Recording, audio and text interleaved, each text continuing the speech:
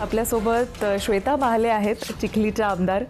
आमदार म्हणून सुद्धा काम करत असताना एक महिला आमदार म्हणून सुद्धा काय चॅलेंजेस असतात? राजकारण हे असं क्षेत्र आहे की फक्त काम करून सुद्धा होत नाही. ते काम गेल्या 30-40 वर्षामध्ये झालं नव्हतं, ते काम आपण केलं आहे याचा अर्थ त्या गावामधले आपल्याला मतदान होईलच असं नाही. प्रत्येकाला एक वेगवेगळ्या अपेक्षा असतात आपल्या लोकप्रतिनिधींकडनं. अनेक जण असं म्हणतात की भाजप सत्तेत आल्यानंतर राजकारण थोडं बदललेलं आहे. कसा नेमका बदल तुम्हाला जाणवतोय? ही सुरुवात झाली 2019मध्ये.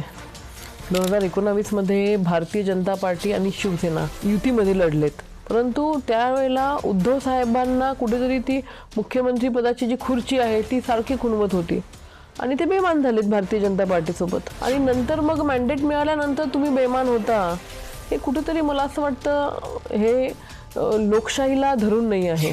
महिलांचे प्रश्न तुम्ही कायम उपस्थित करत असता. ज्या शिव्या दिल्या जातात त्यांच्या विरोधामध्ये ॲट्रॉसिटी ॲक्ट खाली त्या आणाव्यात अशी मागणी आपण केली. आपण बघा, लँग्वेज कुठली असू देत, जेव्हा कधी भांडण्याचा प्रसंग आला किंवा कोणाचा पारा चढला तर जी शिवी निघते ती आया बहिणींवरतूनच निघते.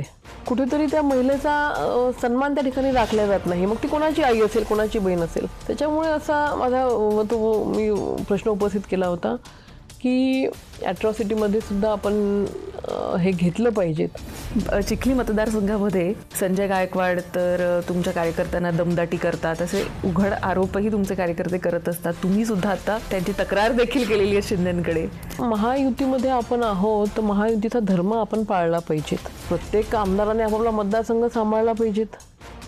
उगासात दुसऱ्यांच्या मतदारसंघामध्ये लुडबुड करायची, दमदाटीची भाषा करायची, धमकीची भाषा करायची, मारामारीची भाषा करायची, ते काही मला वाटतं योग्य नाही आहे. चिखली मतदारसंघ त्यांना हवा आहे. हवा असेल तर त्यांनी घ्यावा, वरती मागावा, निर्णय घेईल पार्टी.